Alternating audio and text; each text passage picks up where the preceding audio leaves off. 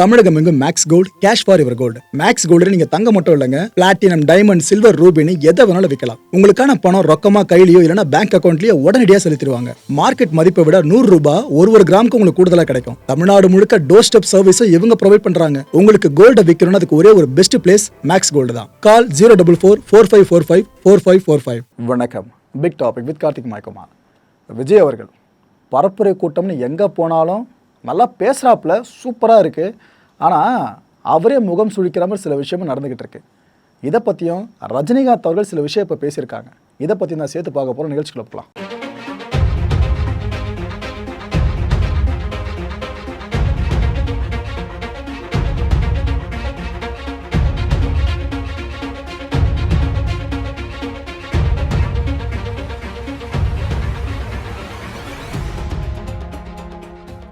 தமிழ்நாடு சட்டப்பேரவை தேர்தல் ரொம்ப பக்கத்தில் வந்துருச்சுல. எல்லா கட்சிகளும் தீவிரமாக பரப்புரை கூட்டங்களில் ஃபுல்லாக ஈடுபட்டு இருக்காங்களா? இதில் தாவேக்க மட்டும் விதிவிலக்கா என்ன?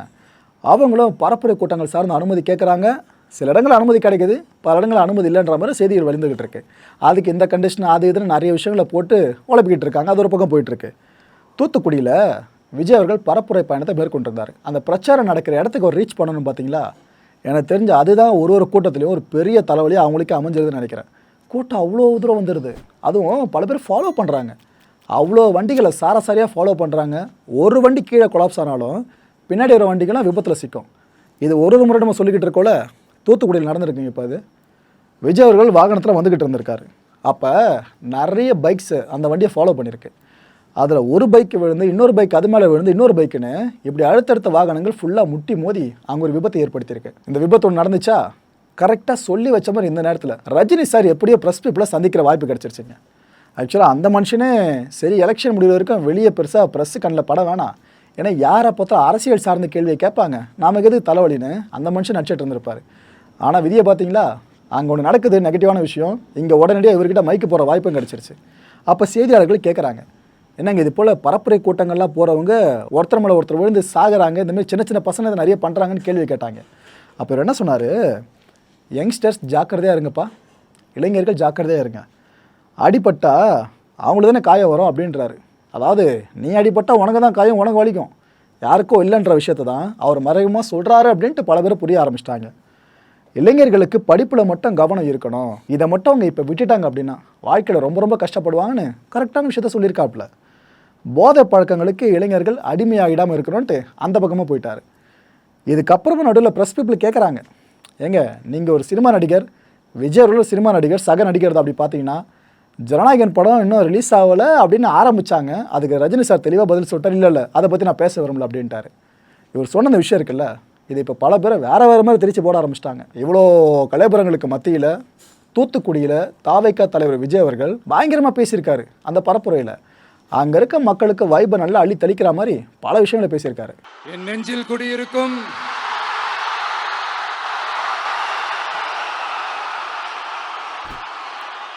திருநெல்வேலி மக்கள், உங்கள் அனைவருக்கும் என்னுடைய வணக்கம். வணக்கம் வணக்கம் வணக்கம் வணக்கம். எல்லாரும் எப்படி இருக்கீங்க?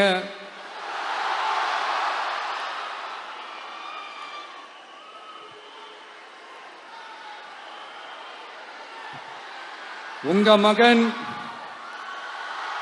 உங்க அண்ணன், உங்க தம்பி, உங்க தோழன், உங்க நண்பன்,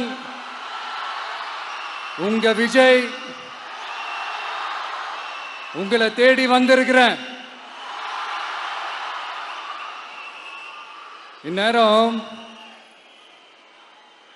திமுக கையில அந்த முழு பவரும் இருந்திருந்தா, இந்நேரம் ஸ்டாலின் சார் கையில அந்த முழு பவர் இருந்திருந்தா கண்டிப்பா இந்த நிகழ்ச்சி நடந்திருக்காது. ஏதாவது ஒரு முட்டுக்கட்டையை போட்டு நம்மளை வரவிடாம பண்ணியிருப்பார். ஆனா இப்பதான் அவர் ஒரு அதிகாரம் இல்லாத ஒரு முதல்வரா அப்படியே இருக்காருல்ல, ஒரு கேர்டேக்கர் கவர்மெண்ட்னு சொல்லுவாங்க இந்த பீரியட. ஸோ அப்படி இருக்கிறதுனாலயோ என்னமோ கொஞ்சம் ஈஸியா வர முடிஞ்சதுன்னு நினைக்கிறேன். அது மாதிரி இந்த திமுக கவர்மெண்ட் நமக்கு எவ்வளவு பிரச்சனைகள், எவ்வளவு நெருக்கடிகள், எவ்வளவு அவதூறுகள், அவங்களையும் தாண்டி இன்னும் சில பேர் இன்னும் நிறைய அவதூறுகள் எல்லாமே பரப்புனாங்க.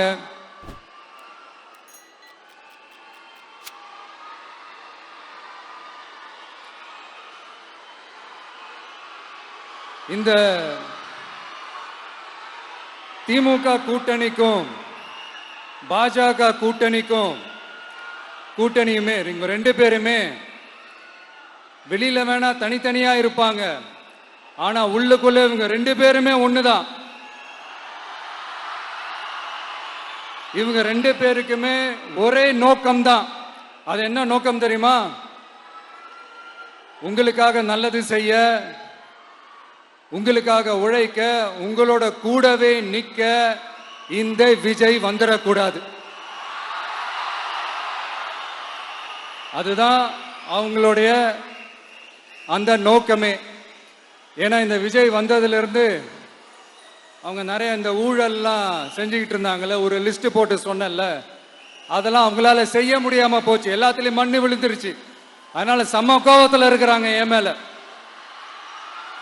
அதே மாதிரி அடுத்து ஆட்சிக்கு வர முடியாத ஒரு சூழ்நிலைய மக்களே நீங்களே ஆல்ரெடி உருவாக்கிட்டீங்க. இந்த கூட்டணி கணக்கு, அந்த கணக்கு, இந்த கணக்கு எதுவுமே எடுபடல. இந்த அரித்மேட்டிக் கணக்கு, மேத்தமேட்டிக்ஸ் கணக்கு எல்லாமே மண்ணுக்குள்ள புதைச்சிட்டீங்க. அப்புறம் இந்த கொள்ளையடிச்சு வச்சிருக்கிற இந்த பணத்தை எல்லாம் வச்சு கல்லாப்பட்டி கூட்டணின்னு ஒண்ணு சேர்த்து வச்சிருந்தாரு. அது எல்லாமே இப்ப கலகலத்து போய் நிக்குது. டாப் தனியா, பாட்டம் தனியா, ரீப்பர் தனியா, ஜாயிண்ட் தனியா, அப்படி நிக்குது தனித்தனியா. எல்லாமே அப்படியே ஒட்ட வச்சுக்கிட்டு இருக்கிறாரு. கூட்டணி கட்சிக்காரங்களே ஒருத்தருக்கு ஒருத்தர் ஓட்டு போட்டுக்க மாட்டாங்க போல் இருக்கு. அப்படி இருக்கு நிலைமை இந்த திமுக கூட்டணியில. சரி, இவங்களுக்கு தான் இந்த நிலைமைன்னு பார்த்தா இந்த பாஜக தலைமையில் மற்றும் பலர் அவங்க நிலைமை இன்னும் மோசமா இருக்குது. அதனால மக்களே, இந்த திமுகவோட நேரடி கூட்டணிக்கும் மறைமுக கூட்டணிக்கும் நம்ம மேல காண்டு.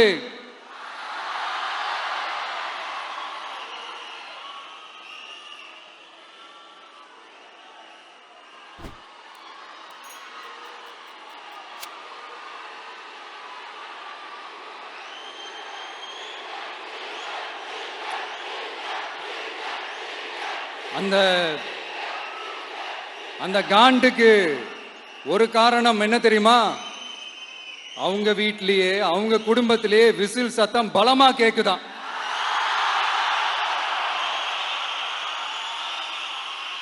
அடுத்த காண்டு அது இந்த சில பல கோடிகளை கொடுத்து நம்ம தமிழ்நாட்டு காங்கிரஸ பையில போட்டுக்கிட்டாங்க. யாரு? ஸ்டாலின் சார். ஆனா உண்மையான காங்கிரஸ் யாரு பக்கம் நிக்குது? நம்ம பக்கம் நிக்குது. சிறுபான்மை மக்களோட அந்த திமுக சாயம் வெளுத்து போச்சே. இந்த விஜய் என்னடானா மதச்சார்பற்ற கொள்கையோட உண்மையான ஒரு முகமா இருக்கிறானே. இந்த சிறுபான்மை மக்கள் வேற இந்த விஜய் பக்கம் தானே நிக்கிறாங்க அப்படின்ட்டு இந்த திமுகவுக்கும் பாஜகவுக்கும் என் மேல காண்டோ காண்டு. அதுக்காக நாம் என்ன செய்ய முடியும்? இந்த 33 வருஷமா ஒவ்வொரு வீட்டுக்குள்ளேயும் ஒவ்வொரு மனசுக்குள்ளேயும் போறதுக்கு நாம் பட்ட பாடு எனக்கு தானே தெரியும். அதனாலதான் நான் முன்னாடியே சொன்ன மாதிரி கட்சி ஆரம்பிச்சுட்டு ஒவ்வொரு வீட்டுக்குள்ளேயும் நான் போல, ஒவ்வொரு வீட்டுக்குள்ளேயும் போனதுக்கு அப்புறம் தான் கட்சியாவே ஆரம்பிச்சிருக்கிறேன்.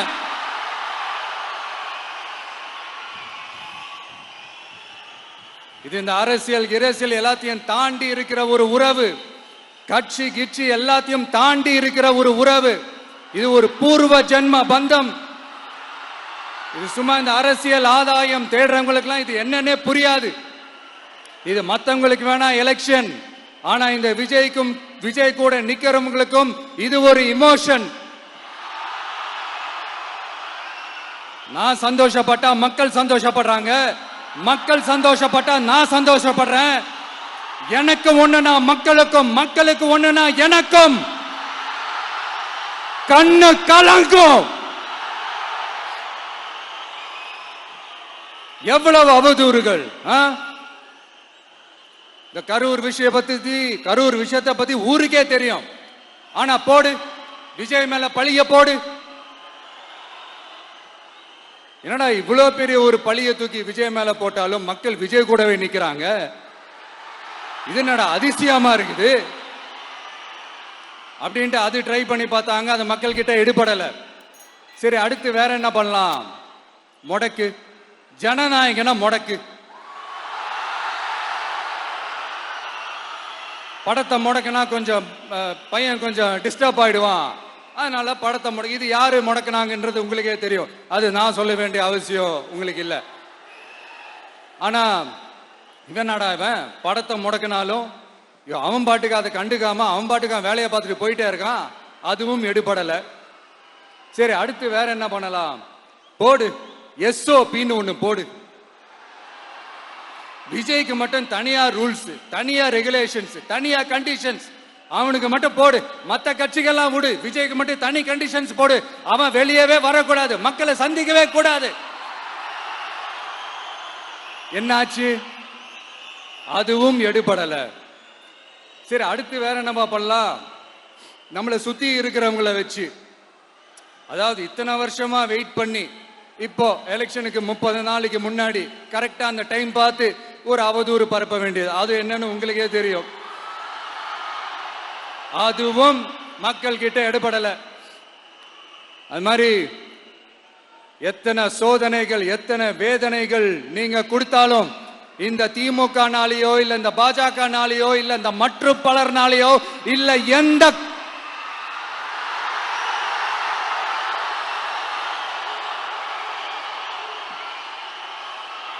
வேற யாராலையும் என்ன மக்கள் கிட்ட இருந்து பிரிக்க முடியாதுன்னு சொல்ல வந்தேன். அதைத்தான் சொல்ல வந்தேன்.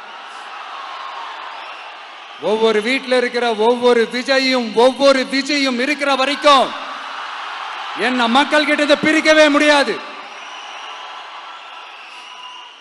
இப்படி இந்த சொந்த பந்தம் இவ்வளவு ஸ்ட்ராங்கா இருக்கிறதுனாலதான் நான் முன்னாடியே சொன்ன 234 தொகுதியிலும் இந்த விஜய் தான் வேட்பாளர். நம்மளுடைய வேட்பாளர்கள் யாரும் டாட்டாவோ பிர்லாவோ அம்பானியோ அதானியோ கிடையாது. நம்ம வீட்டில் இருக்கிறவர், நம்ம குடும்பத்தில் இருக்கிற ஒருத்தரை தான் நான் வேட்பாளரா செலக்ட் பண்ணியிருக்கிறேன். அப்படி செலக்ட் பண்ணி தான் உங்ககிட்ட நான் ஒப்படைச்சிருக்கிறேன். அதனால அந்த வேட்பாளர் வேற, இந்த விஜய் வேற அப்படின்னு நினைச்சிடாதீங்க. இந்த விஜய் தான் வேட்பாளர், அந்த வேட்பாளர் தான் விஜய்.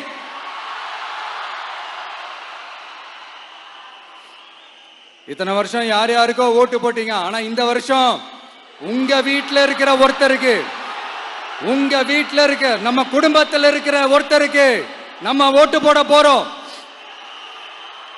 அந்த வேட்பாளர்களுக்கு நீங்க ஓட்டு போடுறது நமக்கு நாமளே ஓட்டு போட்டுக்கிற மாதிரி. அந்த வேட்பாளர் ஜெயிச்சா நாம ஜெயிச்ச மாதிரி.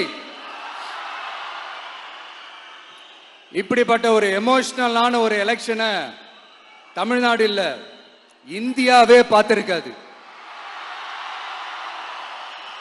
இது நீங்க எவ்ரி 5 years வர ஒரு எலெக்ஷன் மாதிரி இதை நினைச்சிடாதீங்க. இது வேற, இது ஒரு அதிசய எலெக்ஷன். 50 வருஷத்துக்கு ஒரு வாட்டி நடக்கிற ஒரு எலெக்ஷன் மாதிரி. அதனால அந்த சான்ஸை மிஸ் பண்ணிடாதீங்க மக்களே. ஒரு காமராஜர் தானா, ஒரு அண்ணா தானா, ஒரு எம்ஜிஆர் தானா நம்ம தமிழ்நாட்டுக்கு? அவங்கள மாதிரி வேற யாருமே வந்துட மாட்டாங்களா அப்படின்னு நீங்க ஏங்கினது எனக்கு தெரியும். அத மனசுல வச்சுக்கிட்டு தான் நம்ம டிவிக்கே வந்திருக்கிறோம். நம்ம டிவிக்கு யார் யார் மாதிரி எல்லாம் உழைக்கும் சொல்லவா? ஐயா முத்துராமலிங்க தேவர் மாதிரி, ஐயா வீரன் சுந்தரலிங்கம் மாதிரி, ஐயா வாவுசி மாதிரி, ஐயா அழகு முத்துக்கோன் மாதிரி, ஐயா கட்டமொம்மன் மாதிரி, ஐயா ஒண்டி வீரன் மாதிரி, ஐயா குரூஸ் பெர்னாண்டஸ் மாதிரி, மாதிரி ஒட்டுமொத்த தமிழ்நாட்டு மண்ணுக்கும் உழைக்கும், உழைச்சிக்கிட்டே இருக்கும். இந்த எலெக்ஷன்ல நம்ம டிவிக்கு ஆட்சி அமைஞ்சா அது என்ன அமைஞ்சா அமைக்கிறோம். எப்படி அமைக்கிறோம்? நம்ம டிவிக்கு ஆட்சி அமைஞ்ச உடனே பெண்கள், இளைஞர்கள் எல்லாருமே நல்லா இருப்போம், நல்லா இருப்போம், நல்லா இருப்போம். விவசாயிகள், மீனவர்கள், உழைக்கிற மக்கள் எல்லாருமே நல்லா இருப்போம், நல்லா இருப்போம், நல்லா இருப்போம். இன்னும் பல வருஷத்துக்கு நம்மளுடைய குடும்பங்கள், நம்மளுடைய சந்ததிகள், நம்மளுடைய தலைமுறைகள் எல்லாருமே நல்லா இருப்போம், நல்லா இருப்போம், நல்லா இருப்போம். அதனாலதான் மீண்டும் மீண்டும் சொல்றேன், வேற யாருக்காவது ஓட்டு போட்டு உங்க ஓட்டை வேஸ்ட் பண்ணிடாதீங்க. அதனாலதான் பார்த்து பார்த்து உங்களுக்கான வாக்குறுதிகளை நாம அதை அறிவிச்சிட்டு இருக்கிறோம். சொல்லாதத, செய்ய முடியாததெல்லாம் சொல்லவே மாட்டோம். அதுல ரொம்ப உறுதியா இருக்கிறோம். சொல்லாததை செய்வோம், அது வேற விஷயம். ஆனா செய்யறத மட்டும் தான் சொல்லுவோம். யங்ஸ்டர்ஸ், விவசாயிகள், மீனவர்கள், இந்த மாதிரி பல திட்டங்கள் இருக்கு, எல்லாத்தையுமே நிறைவேற்றுவோம். இந்த விஜய் அதை சாத்தியமாக்கி காட்டுவான்.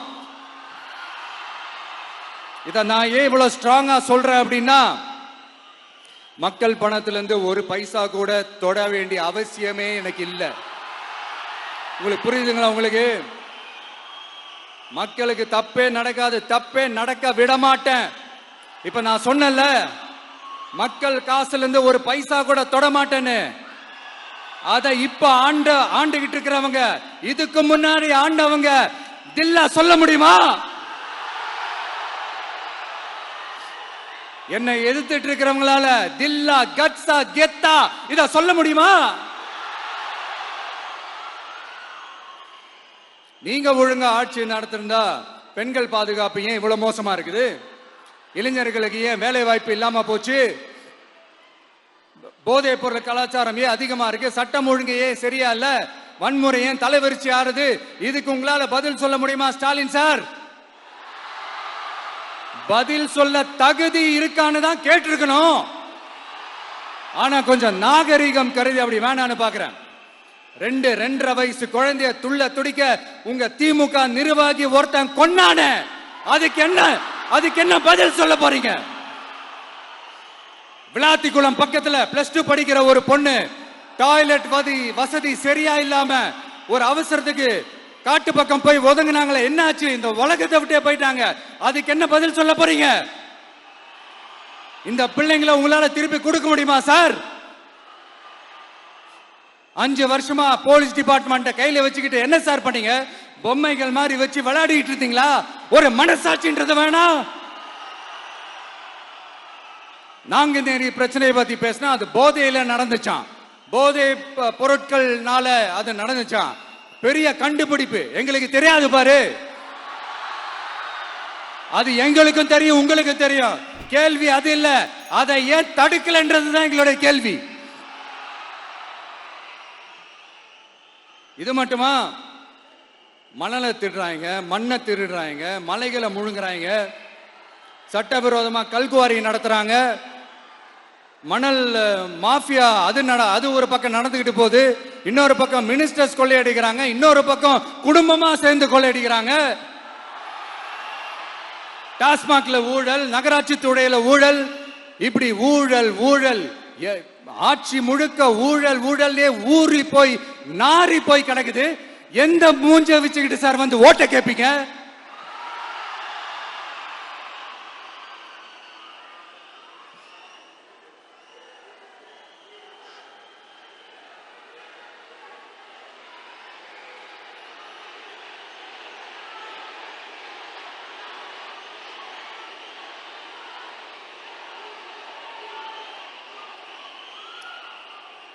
இந்த எலெக்ஷன் சும்மா உங்க பணத்தை எல்லாம் வச்சுக்கிட்டு ஒன்னும் கிழிக்க முடியாது.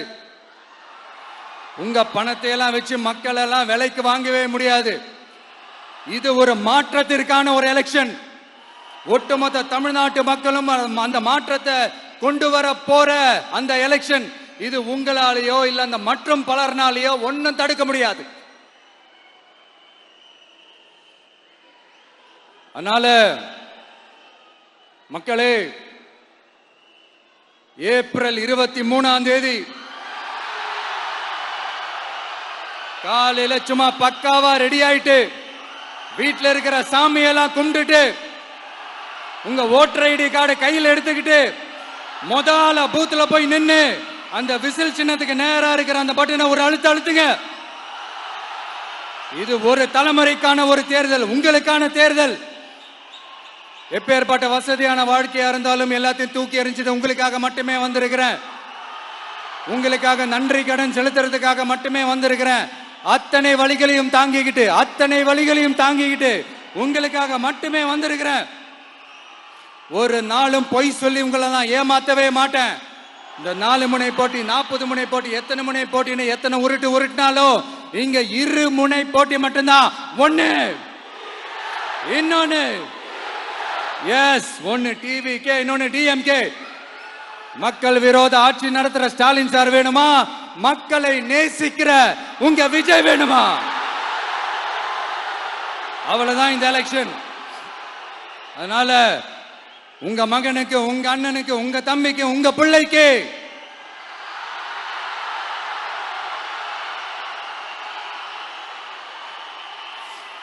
ஒரே ஒரு வாய்ப்பு கொடுங்க. தயவு செஞ்சு விசில் சின்னத்துக்கு ஓட்டு போடுங்க. இது ஒரு விசில் புரட்சி தேர்தலா இருக்கணும். நான் தன்னந்த நீயாளு, நீ நம்ம பாரு, கொஞ்சம் நவந்தனா இங்க 8 கோடி பேரு, மிரல போது ஸ்டேட்டு நம்ம விசில் சத்தம் கேட்டு, நல்ல வங்க வாழ இங்க விசில் கடி ஓட்டே, கடைசி நம்பிக்கை மக்களை தேடி வருது, அதை இறுக்கி புடிச்சு ஒரு வரலாறு எழுது. உங்க விஜய், நான் வரேன். விசில் அடிக்க ரெடியா? கான்பிடண்டா இருங்க. நல்லதே நடக்கும். வெற்றி நிச்சயம். மீண்டும் சந்திக்கும் வரை நன்றி, வணக்கம். மக்களை இந்த கான்டென்ட் பொறுத்தவரைக்கும் நாமளாக சிந்திக்க வேண்டியது ஒரே ஒரு விஷயம் தான். ரஜினி சார் சொன்னது இருக்குல்ல, என்னை பொறுத்த வரைக்கும் கரெக்டான விஷயம், நல்ல விஷயம் தான் ஆரம்பத்தில் நானும் சொல்லிக்கிட்டு இருக்கேன். ஆனால் இதை கூட சரியாக புரிஞ்சிக்காம அவர் பக்கமே திரும்பி பல பேர் திட்ட ரெடியாக இருப்பாங்க பாருங்களேன். நடக்காதுன்னு நினைக்காதீங்க, கண்டிப்பாக அது நடக்கும். நம்ம பசங்களுக்கு தான் நல்லது சொன்னால் பிடிக்காது. அடுத்த நிகழ்ச்சி சந்திக்கலாம். நன்றி, வணக்கம். தமிழகம் எங்கும் Max Gold, cash for your gold. Max Gold நீங்க தங்க மட்டும் இல்லைங்க, பிளாட்டினம், டைமண்ட், சில்வர், ரூபினி எதை வேணாலும் விற்கலாம். உங்களுக்கான பணம் ரொக்கமா கையிலயோ இல்லைன்னா பேங்க் அக்கௌண்ட்லயோ உடனடியாக செலுத்திடுவாங்க. மார்க்கெட் மதிப்பை விட 100 ரூபாய் ஒரு கிராமுக்கு உங்களுக்கு கூடுதலா கிடைக்கும். தமிழ்நாடு முழுக்க டோர் ஸ்டெப் சர்வீஸ் இவங்க ப்ரொவைட் பண்றாங்க. உங்களுக்கு கோல்ட விற்கணும்னா அதுக்கு ஒரே ஒரு பெஸ்ட் பிளேஸ் மேக்ஸ் கோல்டு தான். கால் 04445454545. என் நண்பர் மாயம் ஸ்டுடியோஸ் நேயர்களே, மாயம் பக்தின்னு ஆன்மீகத்துக்காக பிரத்யேகமா ஒரு சேனலை கொண்டு வந்திருக்கோம். மறக்காம சப்ஸ்கிரைப் பண்ணி அந்த சேனலுக்கு உங்களோட ஆதரவை மனப்பூர்வமா தெரிவிங்க. வணக்கம் மாயம் ஸ்டுடியோஸ் நண்பர்களே. மாயம் ட்ரெண்ட்ஸ் அப்படின்ற ஒரு புதிய ஃபேஸ்புக் பேஜை ஓப்பன் பண்ணியிருக்கோம். நீங்கள் யூடியூப்ல பார்த்துட்டு இருக்கீங்களா நம்மளோட கான்டென்ட்ஸ்லாம். இதெல்லாம் விட ஒரு படி மேலே ரொம்ப கிறிஸ்பாகவும் ரொம்ப சூப்பராகவும் நிறைய கான்டென்ட்ஸ் உங்களுக்கு இந்த பேஜில் காத்துட்டு இருக்குங்க. ஸோ உடனடியாக ஃபேஸ்புக் பிளாட்ஃபார்ம் போங்க, மாயம் ட்ரெண்ட்ஸ்னு டைப் பண்ணி சர்ச் பண்ணி நம்ம பேஜை ஃபாலோ பண்ணுங்க. அப்படியே நம்ம சேனலையும் நீங்கள் சப்ஸ்கிரைப் பண்ணிட்டீங்க அப்படின்னா இன்னும் நிறைய புது புது கான்டென்ட்ஸை உங்களுக்காக ப்ரொடியூஸ் பண்ணி கொடுத்துக்கிட்டே இருப்பாங்க. நீங்கள் பண்ணுற ஒவ்வொரு சப்ஸ்கிரிப்ஷனும் எங்களுக்கு பெரிய மோட்டிவேஷனாக அமையும்.